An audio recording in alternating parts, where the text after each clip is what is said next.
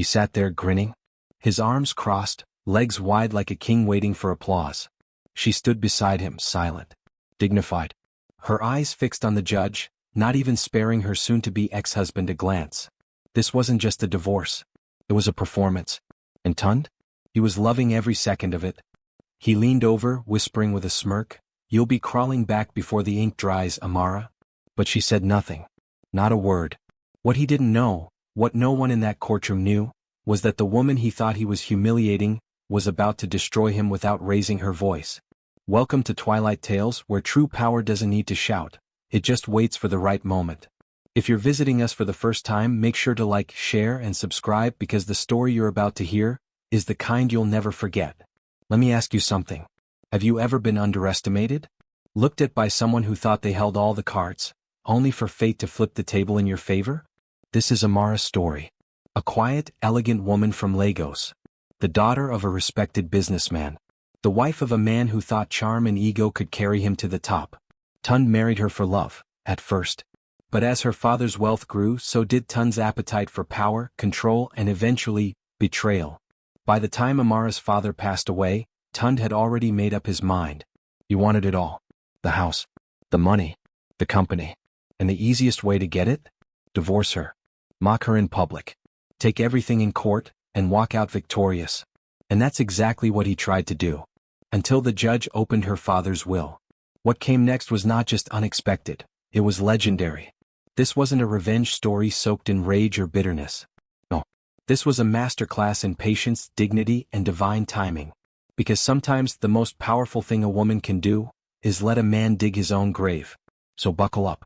Because what you're about to witness is a story of silence over shouting, elegance over ego, and a final courtroom twist that left an entire nation talking. And just remember, the people who mock you today might kneel tomorrow when truth is revealed. Long before courtrooms and cold stares there was love. Or at least what Amara believed was love. She met Tund at a charity fundraiser in Lagos. He wasn't rich. Not even close. But he had charm. That dangerous kind. The kind that makes you forget to check if someone's words match their character. He was bold, confident, quick-witted. When he smiled, he made promises with his eyes. Amara, daughter of Chief OBEs, was raised in comfort. Her father, a well-known businessman and community leader, believed in old values: honor, humility, and protection of the family name. Amara had studied abroad, returned with degrees and poise, but more importantly with a heart full of compassion. She didn't care about social status or net worth. She saw Tund, the struggling entrepreneur with big dreams, as someone to believe in. Her friends warned her. Her father was skeptical. But Amara insisted. She wasn't marrying his wealth, she was marrying his ambition. The wedding was elegant but simple. No extravagance. Just the promise of building something together. And for a while, it worked. Tund worked hard, or at least pretended to. Amara supported him. She connected him to people in her father's circle, helped him draft business plans, even funded his first few projects. But something felt off. He celebrated wins too loudly. Spent too freely. Posted their lifestyle all over social media, as if trying to prove something to people who weren't watching. Amara would gently advise, "Let's be careful with the money. It's not about showing off." But Tund would brush her off. "Babe, we have it. Why pretend to be poor? I'm not meant to be small." His words stung, not because of the arrogance, but because he was starting to believe her father's wealth was his own. Whenever Chief OBEs visited, he watched in silence. He saw the way Tund talked over Amara. How he made jokes about finally teaching this rich girl some real hustle. He wasn't abusive. Not physically. But his pride was eating away at the foundation of their marriage. Still, Amara stood by him. Because that's what she was raised to do. You don't give up at the first storm. You wait. You pray. You try harder. But the truth is, some foundations are made of sand. And no amount of patience can stop a house from crumbling when the ground beneath it is hollow. One day, Chief OBEs called Amara into his study. He closed the door quietly, sat her down, and spoke with the calm tone only a father uses when trying not to break his daughter's heart. "Amara, I know you love him. But I need you to open your eyes. Protect yourself. Tund is not who you think he is." She nodded. She heard him. But she still wasn't ready to believe. It would take more, something greater, something devastating, to make her finally see that the man she married was not the man she needed. The storm was brewing. And soon it would strike with fury. From the outside their life looked perfect. Amara and Tund lived in a beautiful home in Victoria Island, drove luxury cars, and were the couple everyone admired at events. But behind the filters and curated captions, something darker was brewing. The smiles at dinners? Forced. The laughter? Hollow. The love. Fading, slowly but surely. Amara began noticing the subtle signs first. Tund's phone was always face down. He took late-night business calls that ended with vague explanations. And then came the receipts, expensive gifts purchased for someone who wasn't her, dinners at places she'd never been invited to, hotel bookings in cities where he claimed to be working late. Still she said nothing. Not because she didn't know, but because she was watching, learning. Her silence was not weakness.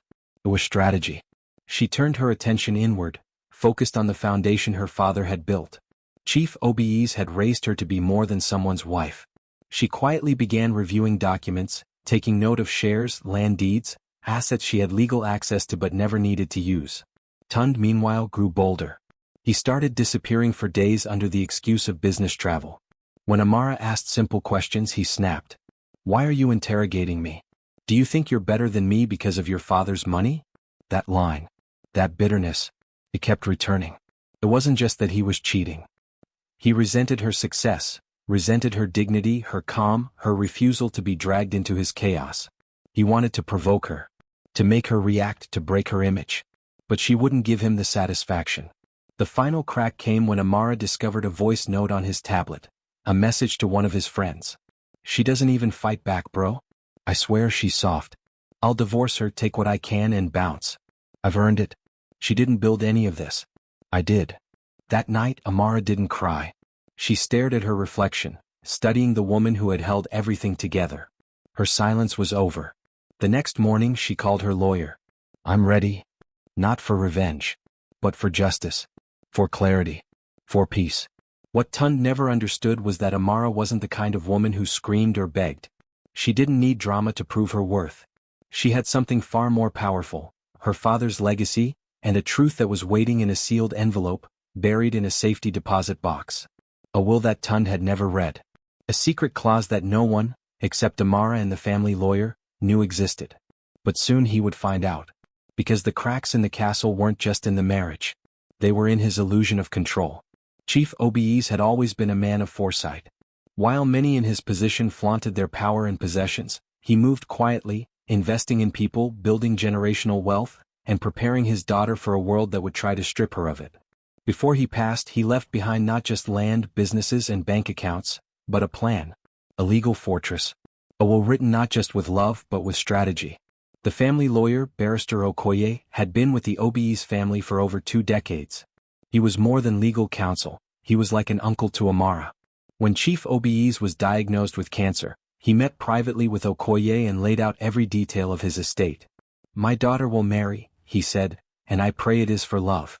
But if ever a man tries to take what she did not give, I want her to be protected." So he created a clause, buried deep in the will. It stated that Amara's full inheritance, every share, every asset, every trust, was hers alone. No spouse could lay claim to any portion regardless of marriage or divorce.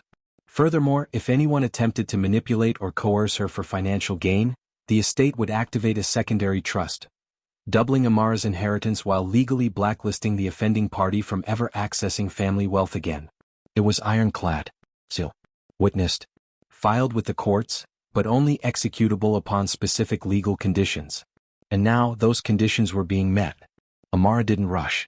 She waited until Tund filed for divorce, under the assumption that he'd walk away with half. He even dared to joke to mutual friends, "I'll be the richest ex-husband in Lagos." What he didn't know. The moment he signed those papers and tried to claim her estate, it would trigger the clause. And everything he thought he was gaining would vanish before his eyes. Barrister Okoye scheduled the court date. Amara remained calm, polite, even kind. She agreed to a settlement meeting, where Tund smugly demanded the house, a percentage of her father's businesses, and monthly support until he got back on his feet. She simply nodded. "If that's what you think is fair, we'll let the judge decide." He laughed. "I'm being generous. I could ask for more." She smiled softly. Of course. But inside she knew. This wasn't negotiation. It was a setup for his downfall. The court date approached. The will was reviewed. Okoye prepared the files, and the judge assigned to the case was one who knew Chief Obi's personally, a man who respected him deeply. On the morning of the hearing, Amara walked into the courtroom alone. Tund arrived late, dressed in designer shoes and arrogance. He barely looked at her, too busy texting on his phone. He still believed he was winning. But that was about to change. Because the will no one knew about, crafted with wisdom, buried with purpose, was about to speak from beyond the grave. And when it did, it would silence every lie, expose every motive, and shift the power back to the woman who had never needed to shout to be strong. The courtroom was buzzing. Family, friends, lawyers, even a few nosy socialites who had caught wind of the high-profile divorce between Amara and Tund. Everyone expected a scandal. A scene. A broken woman begging for peace and a man walking out richer. But what they got was something else entirely. Tund sat beside his lawyer, leaning back with smug confidence, legs crossed like he already owned the judge's pen. He whispered to his counsel, "Let's just get this over with. I have dinner plans." Amara entered quietly, dressed simply yet regally. A deep blue wrapper and blouse, her hair tied back, no makeup. Just grace. She greeted the court, nodded respectfully to the judge, took her seat without a word. Then Barrister Okoye stood. "Your Honor," he said, "before we proceed with the division of assets, I'd like to submit a sealed document into evidence, one that has direct bearing on this case and pertains to the late Chief Obi's final will." Tund rolled his eyes. "That old man again?" The judge glanced over the papers, eyebrows lifting slightly. "This appears to be an addendum. One I haven't seen before." Okoye nodded. "Because it was to remain sealed until specific conditions were met, namely an attempt by any party including a spouse to extract wealth from Amara Obi's under divorce proceedings." The judge blinked, then looked at Amara. She didn't speak. She didn't need to. "Proceed," the judge said, motioning for the bailiff to open the sealed file. Tund leaned forward, now mildly curious. Okoye read aloud. "Should my daughter, Amara Obi's, face divorce or betrayal with intent to seize her rightful inheritance, let this clause activate. All personal assets shall remain untouched. Furthermore, if such betrayal is confirmed, the estate shall release an additional trust in Amara's name. The offending party, regardless of marital ties, shall be legally prohibited from accessing any portion of the Obi's estate, now or in the future." Silence. Tund's jaw twitched. The judge read the clause again, lips moving slowly. Then, looking directly at Tund, he said, "Mr. Adebayo, do you understand the implications of this clause?" Tund stammered. I don't think that's enforceable. I mean, we were married. I lived in that house. I contributed." Okoye cut in calmly, "You contributed nothing but debt. All expenses were covered by the Obi's estate. You drew a salary from a company you did not own, created by a man you insulted. And your attempt to seize assets under this divorce triggers the clause in full." The judge nodded solemnly. "The will is legally binding. It has been verified and filed properly. You, Mr. Adebayo, are entitled to nothing." Gasps rippled through the courtroom. Tund stood up suddenly, his voice rising. "This is madness. She can't just take everything." Amara finally turned to him. Her voice was soft, controlled. "You didn't want me. You wanted what my father built. But my father knew men like you. He prepared for this moment before you ever set foot in my life." And with that she stood. The judge tapped the gavel. "Court rules in favor of Amara Obi's. Case dismissed. All claims denied." Tund collapsed into his chair, stunned. The crowd watched as Amara gathered her purse, nodded to the judge and walked out, head held high. Outside the sun was shining. She had walked into that courtroom mocked and underestimated. She walked out unstoppable. News of the courtroom drama spread like wildfire. By nightfall, #AmaraOBEs was trending across social media in Nigeria and beyond. Every gossip blog, legal page, and talk show was abuzz with headlines. Wife outsmarts greedy husband in divorce court. Judge reads shocking will clause. Man loses everything. Daughter of late Chief OBE silences gold digger ex. For Tund it was a public relations nightmare. His face was plastered on every blog post, his name dragged across platforms by people who once toasted champagne in his presence. Screenshots of his boastful posts from earlier in the year resurfaced. Photos of lavish vacations, cryptic captions like "built different," and tags of designer brands he never actually bought with his own money. Now the internet was doing what it does best, tearing him apart. "All that pride and you couldn't even afford your own shoes," one comment read. Another, how can you be so loud and yet contribute nothing? Even celebrities chimed in. One Nollywood actress tweeted, every woman needs a father like Chief OBE's. That's how you protect a daughter. Meanwhile, Amara remained silent. She declined interviews, ignored offers from brands, refused to be part of the social media circus. Her dignity remained untouched, and that silence made her even more powerful. But Tund? He was spiraling. The businesses he'd once boasted about were never really his. His bank account, dependent on Amara's funds, had gone dry. His so-called friends distanced themselves, afraid of association. Invitations dried up. Calls stopped. Worse yet, his family, whom he had once shunned when Amara's wealth gave him a taste of high society, refused to offer him shelter. You shamed us for not living like the OBEs, his elder sister said coldly. Now go ask your rich friends for help. Even the luxury car he'd driven to court was repossessed. He was left with a small rented apartment, unpaid bills, and his pride bruised beyond repair. In a desperate move, he tried to leak a video claiming Amara had manipulated the court, alleging she tricked him into signing the divorce at the exact moment the will could hurt him most. But the internet wasn't buying it. One user replied, she didn't trick you, she trusted you. You're just mad she had a backup plan. Meanwhile, Amara was quietly rebuilding. Not her finances, they were never broken. But her peace. Her identity. She began volunteering again at the foundation her father started, supporting widows and abused women. She used the additional inheritance from the trust to open 2 vocational schools for young girls in rural areas, teaching them skills in coding, fashion design, and agriculture. When a reporter finally caught up to her at an event and asked, do you have anything to say to your ex-husband? She simply replied, some people teach you love. Others teach you wisdom. He taught me both. And just like that, she walked away. No bitterness. No revenge. Just grace and quiet triumph. Months passed. The chaos faded from the headlines, but the damage to Tund's reputation remained. His phone barely rang anymore. Once surrounded by admirers and opportunists, he now sat alone in a cramped studio flat in Ikeja, eating instant noodles and scrolling through old photos of a life he had taken for granted. He replayed the courtroom scene in his mind every night, trying to rewrite it, trying to figure out where it all went wrong. And one day pride finally gave way to desperation. Tund showed up at Amara's vocational school unannounced. The staff at the front desk froze when they saw him. He looked nothing like the polished man he once was. His shoes were scuffed, his shirt wrinkled, his confidence long gone. I'm here to see Amara, he said quietly. Do you have an appointment? The receptionist asked, suspicious. No, he admitted, but I need 5 minutes. The receptionist called upstairs. To everyone's surprise, Amara said, let him in. When Tund walked into her office, he was greeted by the woman he once mocked.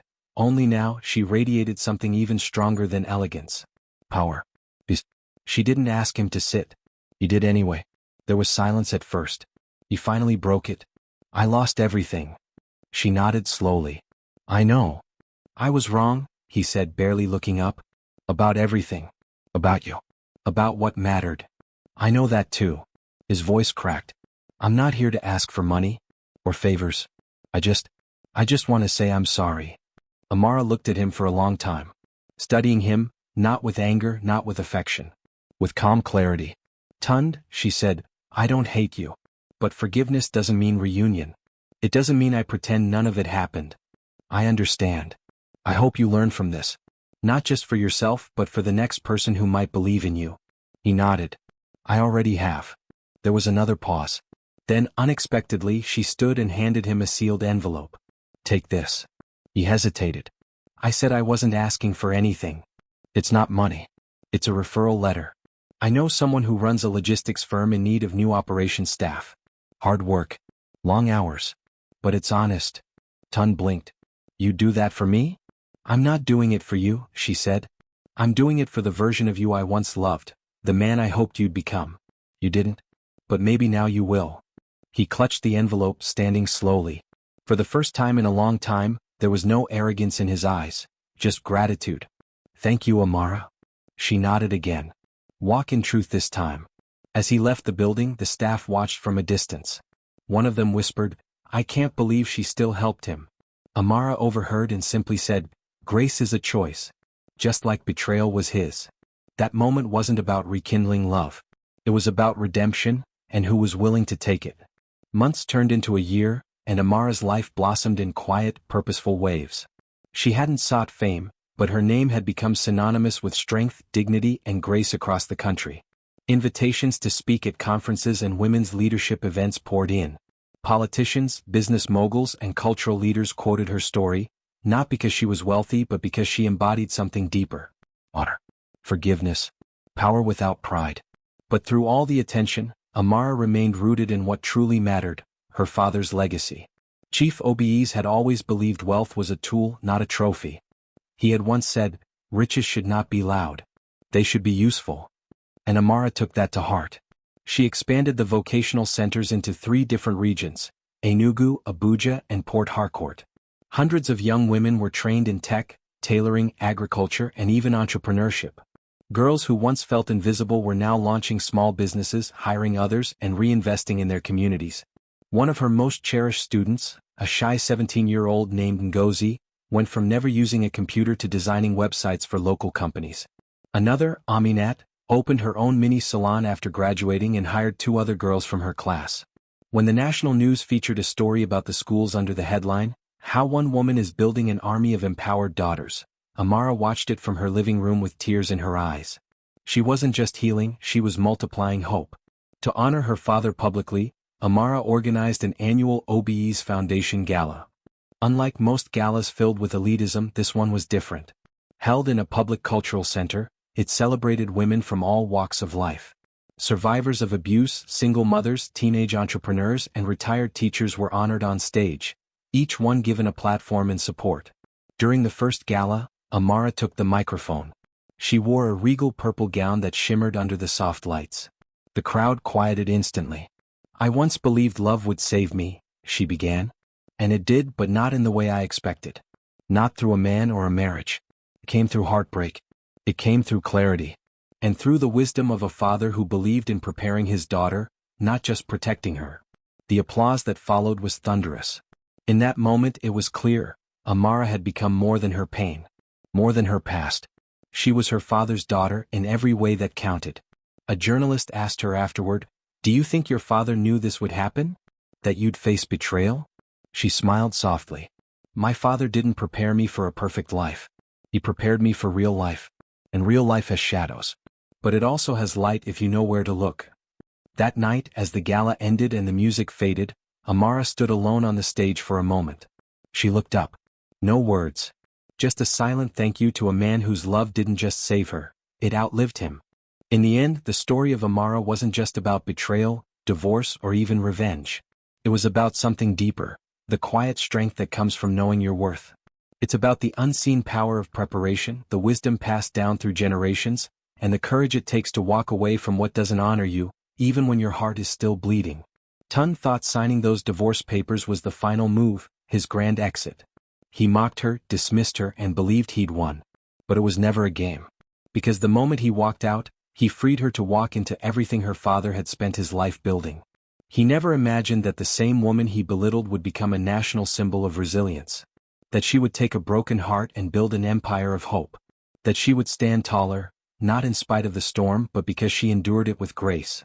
Her father's will wasn't just a transfer of wealth. It was a final act of love.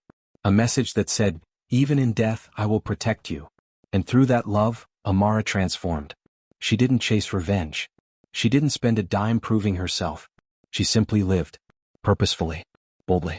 Quietly rewriting the meaning of legacy. So to anyone listening today, maybe you've been dismissed, mocked, underestimated, or betrayed.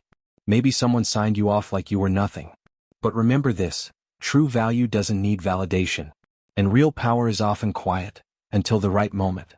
Your pain doesn't define you. How you rise from it does. Thank you so much for watching this episode of Twilight Tales. If this story moved you, inspired you, or reminded you of your own strength, backhand index pointing right, please like, share, and subscribe to our channel so we can continue telling stories that matter. And in the comments below, tell us, have you ever surprised someone who doubted you? How did you rise? We'd love to hear your journey. Until next time, stay strong, and remember your story isn't over yet.